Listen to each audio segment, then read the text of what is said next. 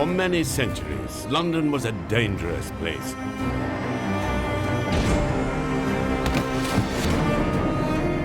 It was a magnet for the very worst kind of people. Jack the Ripper dominated the headlines. But he wasn't the only killer around. Murder was afoot.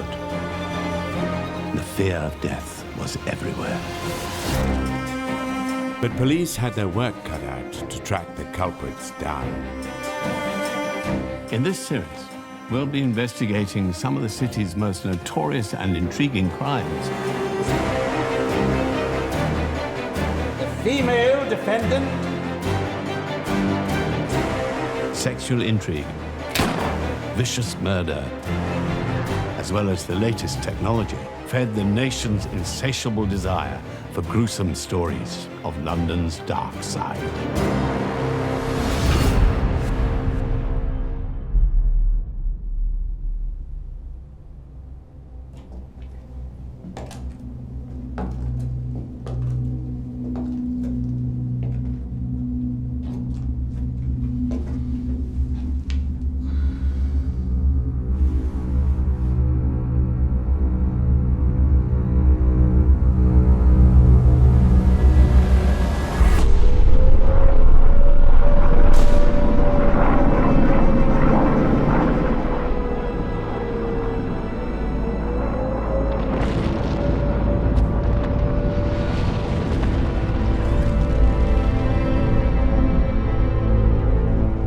Grim and dark days of the Blitz, when the nation stood together against the evils of Nazi Germany, have always been a strong influence over Britain's image of its own character.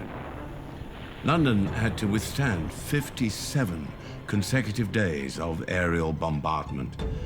The city's inhabitants had to observe the strict regulations of the blackout, which made life so much harder for the German bombers, but also for the Londoners themselves. It's difficult to imagine now what life was like in London in 1940, not knowing whether you were going to be alive the next day, the next week, which must have been very difficult for people to cope with. By 1941, the city had a tremendous number of bomb sites and derelict sites. It was taking a real beating. It wasn't so much the deaths that were the problem. It was the amount of homelessness, the number of people that were bombed out of their houses and ended up with nowhere to live, nowhere to go. They didn't know where to turn. They didn't know what to do about money. They didn't know what to do about their possessions. And so there was a lot of chaos. There were supply shortages to exploit, empty and bomb-damaged homes to loot, and huge numbers of young men to entice with drink and prostitution. From 1939 to 1945, crime rose by over 50%. An undermanned police force struggled to cope. It was, in the words of one gangster, a criminal's paradise. There was this great darkness at night, which gave opportunities, if you like, for people to commit crime. People didn't know whether they were going to live, whether they were going to die. They didn't know how to behave. They started doing things that they'd never done before. So behavior became unusual. Behavior became extreme. The blackout was tremendously exploited by criminals because with the sound of falling buildings, breaking glass, the criminals were out at the beginning of a raid. They were going to risk the bombing because they could now start blowing safes, blowing in doors, smashing windows. The blackout concealed darker crimes too. In 1942, Harry Dobkin, a fire watcher from South London, was convicted for the murder of his estranged wife, Rachel. Having vanished the previous year, her body was discovered months later among the ruins of a bombed-out chapel. At first, she was thought just another victim of the Blitz. The police soon revealed his deception, however, and Dobkin was hanged for his crime in January 1943. But his was not the only act of murder disguised by the blackout. For crime was able to thrive in this blacked-out world. And there are no crimes more notorious than those of the Blackout Ripper.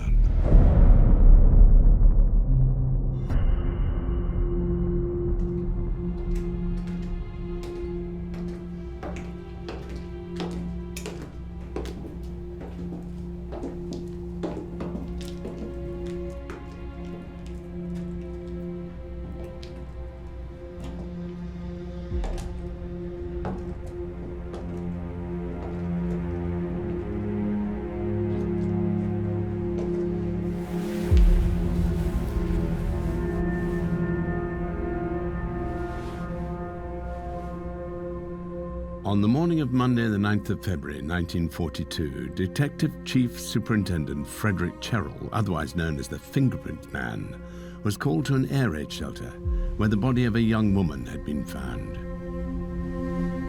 Frederick Cherrell had been head of the Fingerprints Department since 1938, but despite his seniority, he still insisted on visiting crime scenes himself, always armed with his trusty magnifying glass. On her neck were the telltale marks of strangulation. To Superintendent Cherrell's experienced eyes, the pattern of bruises could mean only one thing. Whoever did this was left-handed. Fred Cherrell was one of the pioneer fingerprint men. It was a very new science for the police, and Cherrell played an important part in the development of the fingerprint department. It's something that we take for granted today, but it was under, Fred Cherrell particularly, where fingerprints and palm prints really became a recognised expertise. And he's one of the people who have really contributed very largely to Scotland Yard's reputation. Fingerprint technology had come a long way since its first usage in the late 19th century. By 1942, the Met's Fingerprint Bureau had thousands of records on file. But records aren't much use without something to compare them to. All police had were the body and the woman's belongings strewn across the cold floor of the bomb shelter. These were sent to Cherrell's fingerprint department at Scotland Yard for further analysis.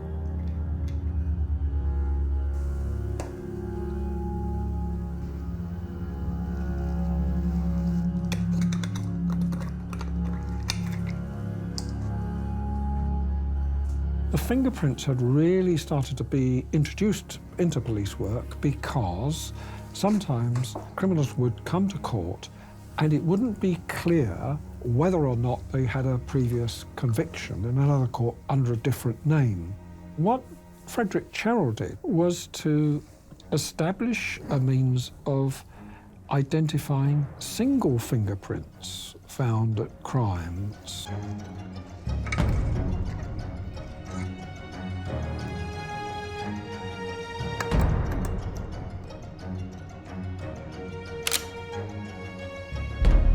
Cherrell and Detective Inspector Sidney Birch had little to go on. The woman's handbag had been recovered, but it contained no clue as to her identity. They began door-to-door inquiries, armed with a photograph of the dead woman.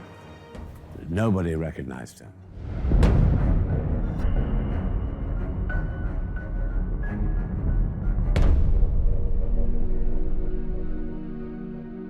He was found on Wyndham Street, just around the corner from the shelters. All the prints of the victims. The attacker wore gloves then? It was a cold night. No identity card? DDI Claire has men going door to door. Someone will recognise her. Cast your line into the water enough times And you catch something in the end. Though tragic, the murder of the woman in the bomb shelter seemed another unremarkable case. Cherrell could have no idea, however, what was coming. Prostitution has been called the world's oldest profession. Well, it was certainly a profession that boomed in the war period. The fragility of life under constant aerial bombardment led to a fraying of normal social constrictions, and the influx of Commonwealth and especially American troops meant there was no shortage of potential customers. As today, it was a very dangerous occupation. I think it's fair to say that prostitution has always been with us. It hasn't been unusual throughout history, and it wasn't unusual at this point either.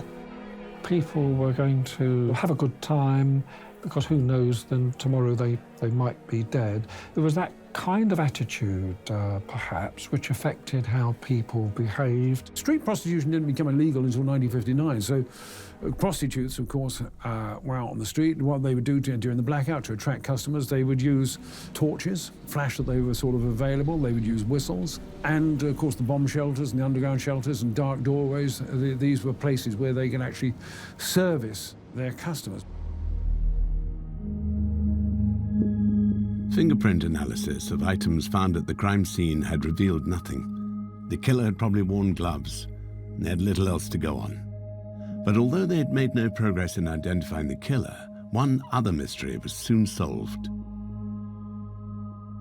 The police's door-to-door inquiries in the Marylebone area eventually identified the dead woman found in the air raid shelter as Evelyn Hamilton. She was a 40-year-old qualified pharmacist, originally from Newcastle. The post-mortem confirmed that she had been strangled to death.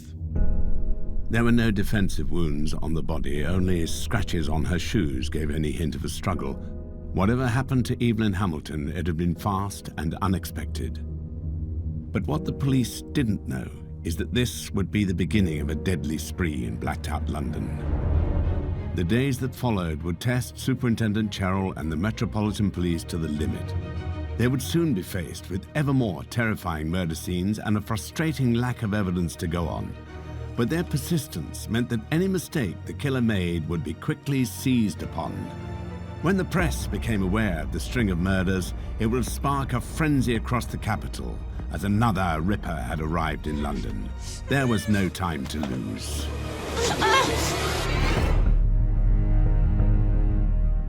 On the morning of the 9th of February 1942, the body of Evelyn Hamilton was assessed by Superintendent Frederick Cherrell of Scotland Yard, a man respected worldwide for his expertise in fingerprint analysis. But he had no prints to work on at this crime scene, only the contents of Evelyn's bag found next to a strangled corpse. But just as he began to work on this case, more news would arrive. Fingerprint office. It is. I see.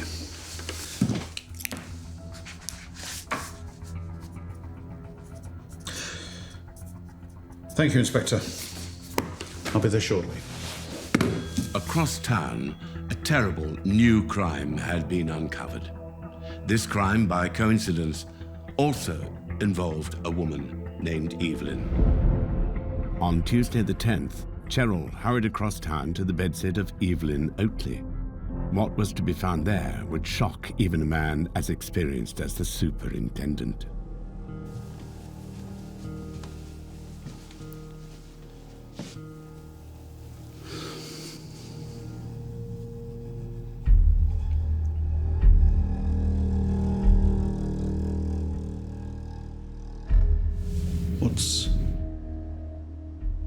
What is that between her legs?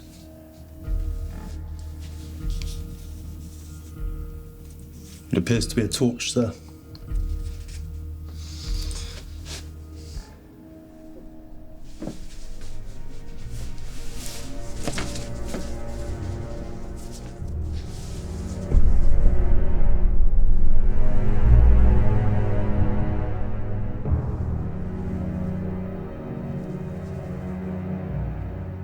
Evelyn Oatley had suffered a brutal assault.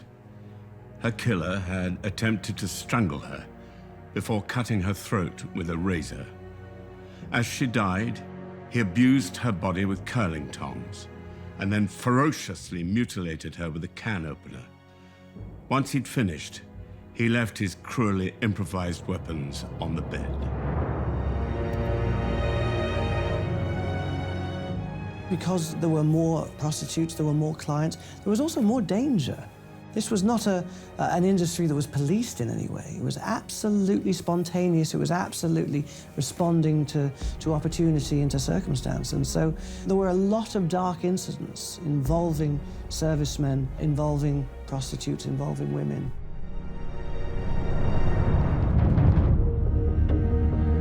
Opportunity and circumstance also fueled one of the Blackout's other social problems, that of looting.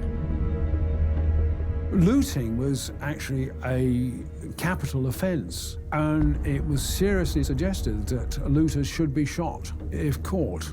This may be a partial explanation why the War Reserve constables were given rifles, not so much to shoot at the enemy, but to shoot at looters. The War Reserve was set up in 1939, and these were volunteers who would supplement the police on the streets. We think today of gun crime as being a great problem in America, and the problem is always said to be, because there's so many guns around, people use them. Well, this happened at this period as well. Young servicemen carried their guns even when they were on leave, and they used them. They used them in all sorts of different circumstances. So, for example, a young man came home on leave, saw his girlfriend in a shelter, lying on a mattress with another man. His instinct was to become furious and to open fire.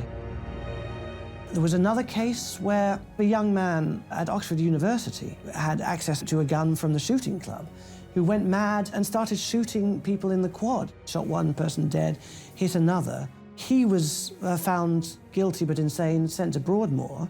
The fact is that there was a surprising amount of gun crime happening, and it was happening because there were a lot of guns around. The large number of guns may have been unusual for the British population, but it would have seemed second nature to the influx of American soldiers who'd arrived in the country to fight in World War II. There'd be quite a cultural clash between the two peoples. I think there were a lot of social changes taking place, and one was the Americanization of British culture.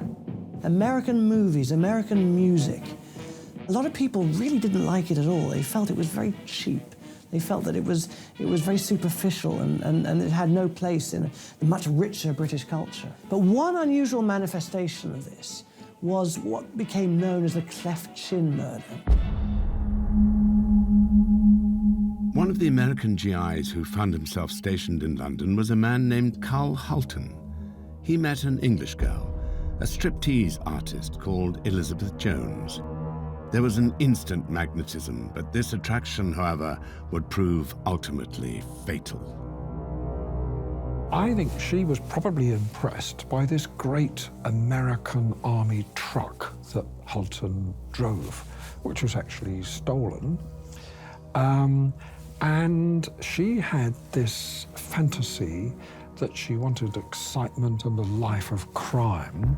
She thought, well, perhaps they could be a bit like Bonnie and Clyde, I suppose. Instead of tackling banks, their first target was a girl riding a bicycle who Carl pushed off the bicycle and took her purse. The second was a hitchhiker. Hulton hit her over the head with an iron bar and left her by the ditch of a canal. They took her money and again went back in the truck to Hammersmith. Fortunately, the young woman survived. After this series of petty crimes, Hulton and Jones decided they would profit more from the robbery of a London black taxi driver. The unlucky victim was a man named George Edward Heath, whose defining feature was his cleft chin. They asked him for a ride to Chiswick, for which he charged them 10 shillings, which was a lot of money in those days for a taxi ride. Eventually, they asked to be put off, and Hulton had a loaded gun and shot him. The two of them robbed him. They took his purse, they took his money, coins, identification papers, petrol coupons. These were all thrown out of the car, and they drove back to London. The body was found sometime later. George Heath was identified. His car was missing, but they knew that it was RD 5353, and that was circulated to the police who were on the lookout for it. They were easily arrested. They were brought to trial. They ran a cutthroat defense. They both blamed the other one for what went on. Hulton was found guilty and executed. Jones was found guilty and sentenced to death. but she actually wasn't executed. Her death sentence was commuted, and actually she only died in the 1980s. But the public feeling of revulsion, of anger at these events was so great that graffiti started appearing saying that she should be executed, you know, hang her, started appearing on walls. And this was a very, very odd little case of these two people who had, you know, considered themselves gangsters. They wanted to live the American gangster lifestyle. George Orwell even wrote about them in his essay The Decline of the English Murder, and wrote, "There is no depth of feeling in it. The background was not domesticity, but the life of the dance hall and the false values of the American film." He goes on, "Jones declared that she wanted to do something dangerous, like being a gun moll. Hulton described himself as a big-time Chicago gangster." He concludes by saying, "Perhaps it's significant that the most talked-of English murder in recent years should have been committed by an American and an English girl who'd become partly Americanized." The Cleft Chin murder appalled a nation that expected its citizens to band together in a time of war. But the Blackout Ripper case was a different beast entirely. 2 bodies had been found, and if the police couldn't catch the killer quickly, terror could return to the London streets, which hadn't been seen since the days of Jack the Ripper.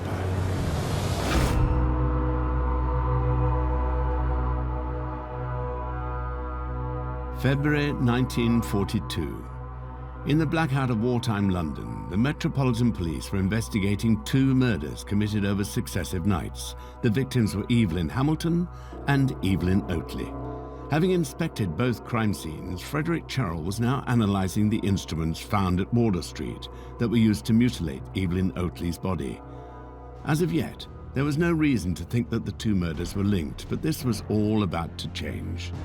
The killer had left a clue. Cherrell discovered a greasy fingerprint on one of the objects taken from the murder scene. As he lifted the print, he noticed something. Ah, Inspector. Sorry to bother you so late. No, I'm afraid no matches yet. But there was something. You heard about that business on Wardour Street? Yes, that's right.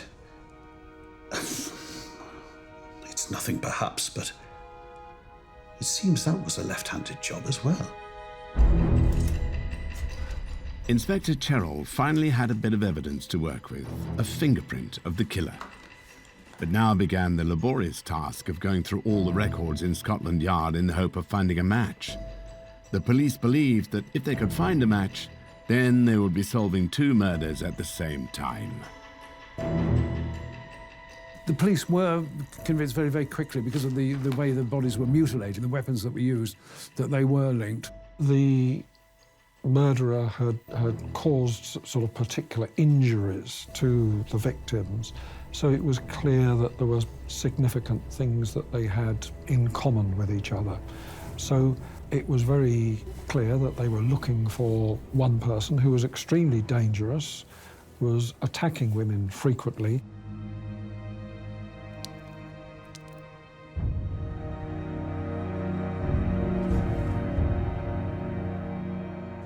Whoever the killer was, Cherrell could not find a match. For the next 2 days, no more bodies were found, but Cherrell knew a killer of such sadism would not stop of his own free will.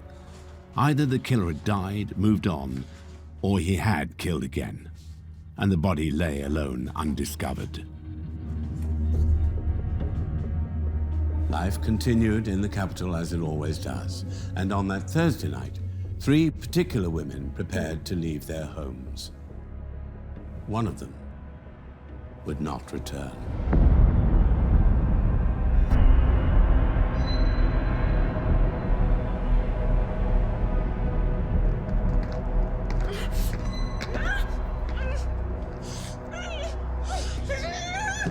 Is someone there?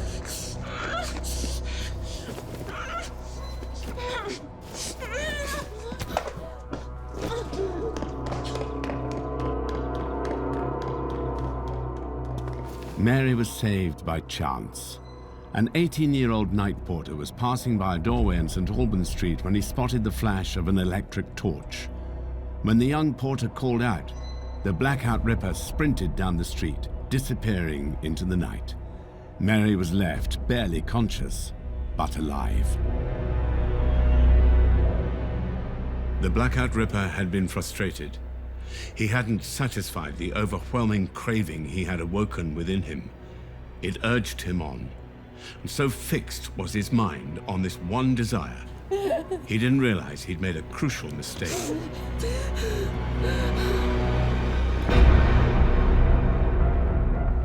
Mary Haywood had survived an encounter with the Blackout Ripper that night. The next woman that he came into contact with was a prostitute named Catherine Mulcahy. They met in Piccadilly and traveled to her flat in Marble Arch. Once in the bedroom, he began to strangle her. She fought back and fled the apartment. Unsatisfied and driven by the desire for death, the killer returned to the streets looking for another victim. This time he would not be denied. Margaret Lowe did not look anything like the image of a typical prostitute. Other women who worked the streets agreed. She dressed too conservatively and spoke with too much refinement. They nicknamed her the Lady. The Blackout Ripper had been thwarted twice that evening, but Margaret Lowe would not be so lucky. Her friends and neighbors became concerned that they hadn't seen her for a while. Eventually, a call was made to Frederick Cherrell. He arrived to find a scene even worse than the one at Wardour Street. The killer had completed a frenzied attack. He had cut deep into the flesh of her thigh. Her abdomen had been ripped open, exposing her intestines and internal organs. The knife and the razor he had scavenged from the kitchen were left on the body. Once again, he'd improvised weapons found at the location.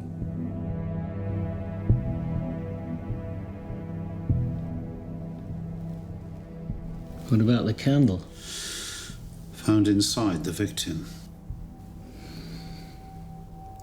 They're right-handed prints.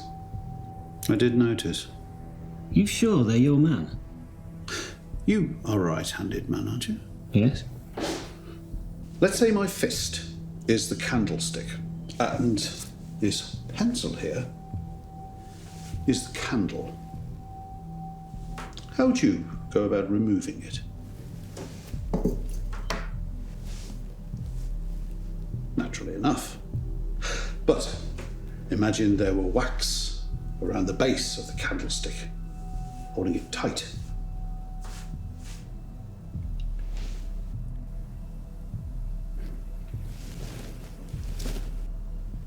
You see? You had to use your other hand, your left hand, which is the natural thing to do for a right-handed man. But a left-hander, now, Would use his right. precisely. Right-handed prince. Left-handed man. Birch and Cherrell now had 3 murders to deal with, and the drive to find a fingerprint match was even more intense. Fortunately, the Fingerprint Bureau at Scotland Yard had been a leading innovator in this new science. But no matter how good the system had become, there was no guarantee that the killer had a previous record on file. When the fingerprints were first started, they were used to actually identify criminals appearing in the court process. But some people thought it ought to be possible to take a finger mark left at the scene of the crime and then match it up. So they developed silver powder, which would be brushed on with a very soft brush. You would have had to use tape. That would have been put on a glass slide. Then that would have been photographed. Many of the major developments in the study of fingerprints had not actually been made in Britain, but in India by a man named Edward Henry, who devised what became known as the Henry classification system. Edward Henry, who became commissioner at Scotland Yard, came up with the system that, according to whether you had a loop or a wall pattern on your fingerprint, and by looking at your thumbs and fingerprints, he actually worked out a way of classifying these fingerprints, and it ended up into a 1,024 different categories and permutations, and that formed the basis for how police could store and retrieve fingerprint patterns. At that time, you have points of comparison, similarity in arches, wells, and loops. It was a long process, but of course, within a very short time, you then get fingerprints being sent by wireless, and of course, today, much more scientific.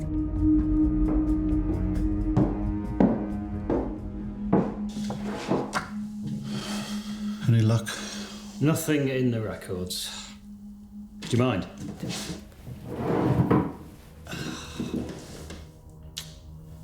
It was a long shot. Yes. One cannot help wondering what he might be doing tonight, though. It's never best to think on that, Fred. We're doing all we can. No. No, you're right. Let's cast our lines again tomorrow. See what we can catch.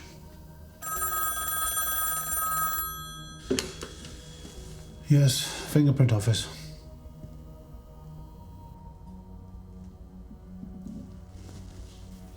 Thank you. There's been another one, Birch. We're on our way. Cheryl and Birch raced across London to a fresh murder scene. The Blackout Ripper was showing no sign of slowing down. How many victims would there be before he was finally caught?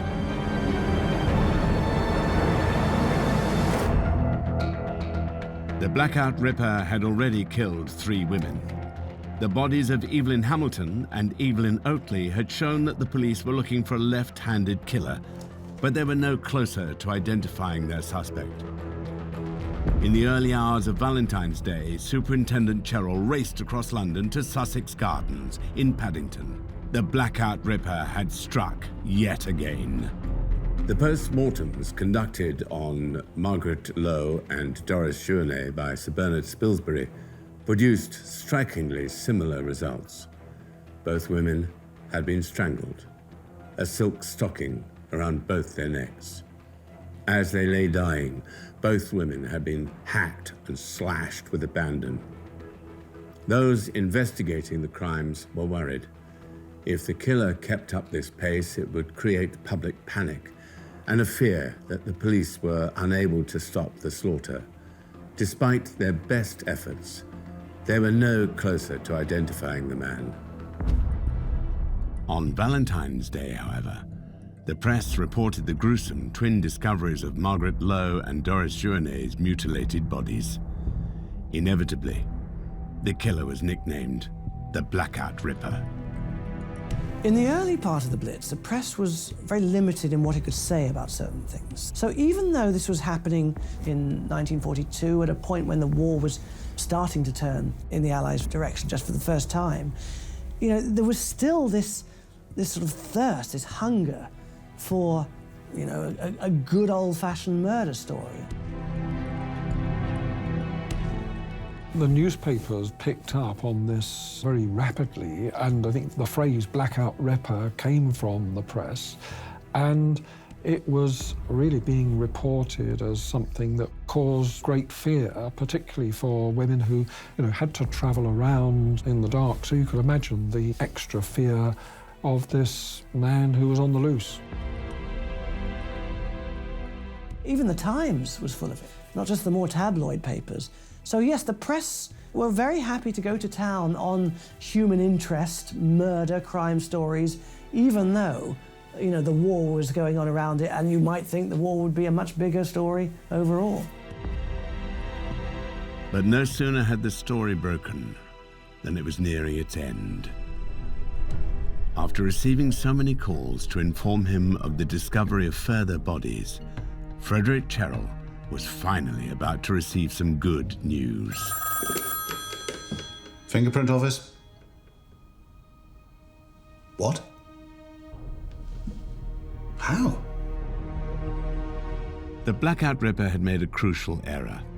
It hadn't been at one of the murder scenes, but when he'd been thwarted in his attack on Mary Haywood. The night porter, who turned up at just the right time to save Mary, found a serviceman's respirator had been left behind by the assailant. It had the number 525987 printed on it. The night porter delivered the respirator and the injured Mary to the police station on Savile Row. Thinking at first it was just an assault they were investigating, no connection was made to the Blackout Ripper. But the police did contact the RAF and traced the respirator's owner. It was a young man named Gordon Frederick Cummins. He was 27 and had been in the Royal Air Force for over 6 years. Cummins was married, but he had a reputation amongst his fellows for drinking and womanizing. He was often out and furtively sneaking back in late after curfew.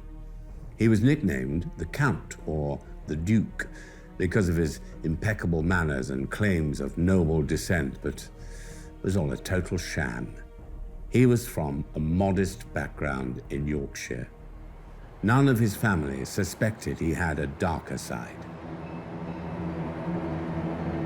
After another night on the town, Cummins returned to his barracks early in the morning. The police were soon there too. They took him to West End Central Police Station, where they questioned him about the attack on Mary Haywood. Cummins was charged with assault. He was soon under suspicion of far worse. In Cummins' quarters, police had found a pen personalized with the initials of Doris Journet. They also found a comb belonging to one of his victims and a cigarette case bearing the initials of another. They were certain they had their man. Of course. Thank you for informing me.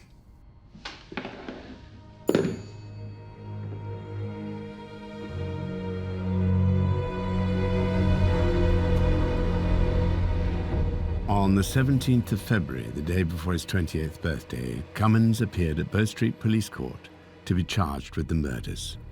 It was at this stage that Cummins was fingerprinted by Superintendent Fred Cherrell. He signed his name, Cherrell noted, with his left hand.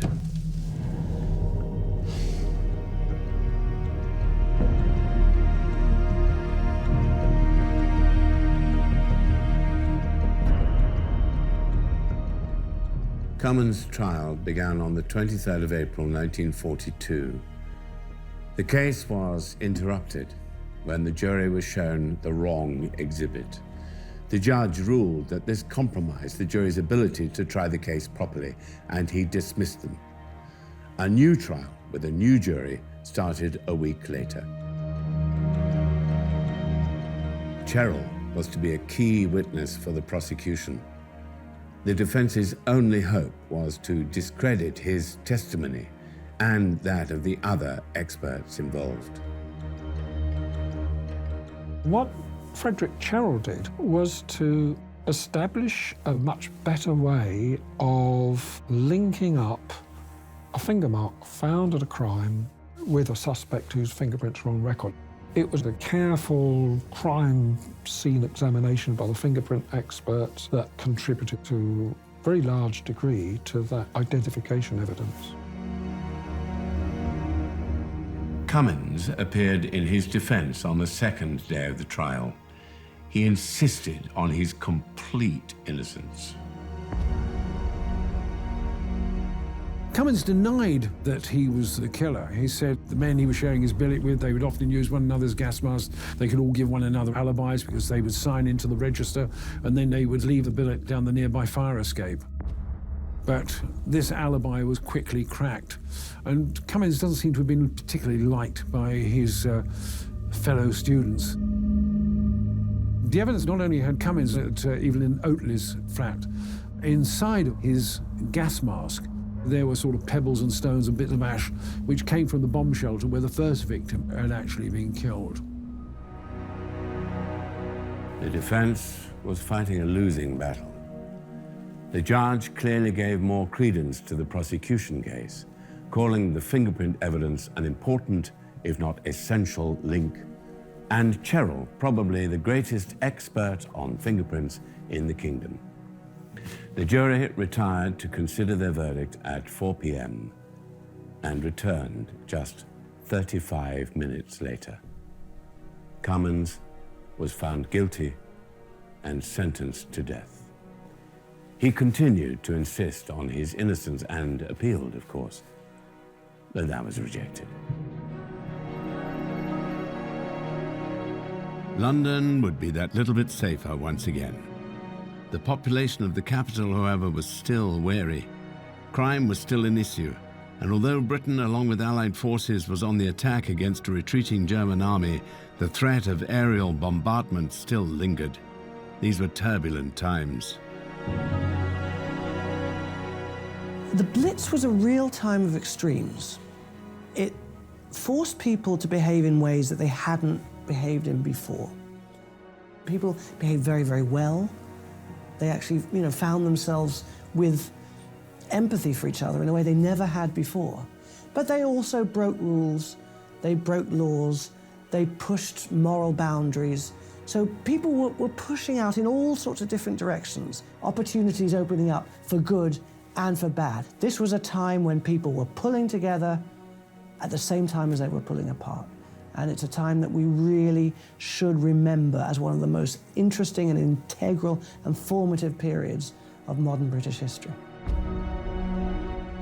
For the family of Gordon Cummins, the fact that one of their loved ones was a brutal murderer was probably too much to comprehend during this already mixed-up era. They started a mass campaign of letter writing in order to earn him a reprieve from the noose. The Home Secretary at the time, Herbert Morrison, received dozens of letters outlining supposed holes in the case. Those letters are still on file in the National Archives. Mr. Cummins himself enlisted the help of the Archbishop of Canterbury and the Prime Minister's wife. All these letters received the same response. I have considered sympathetically and carefully all the circumstances of the case. I regret I have failed to discover any grounds which justify me in advising His Majesty to interfere with the due course of the law.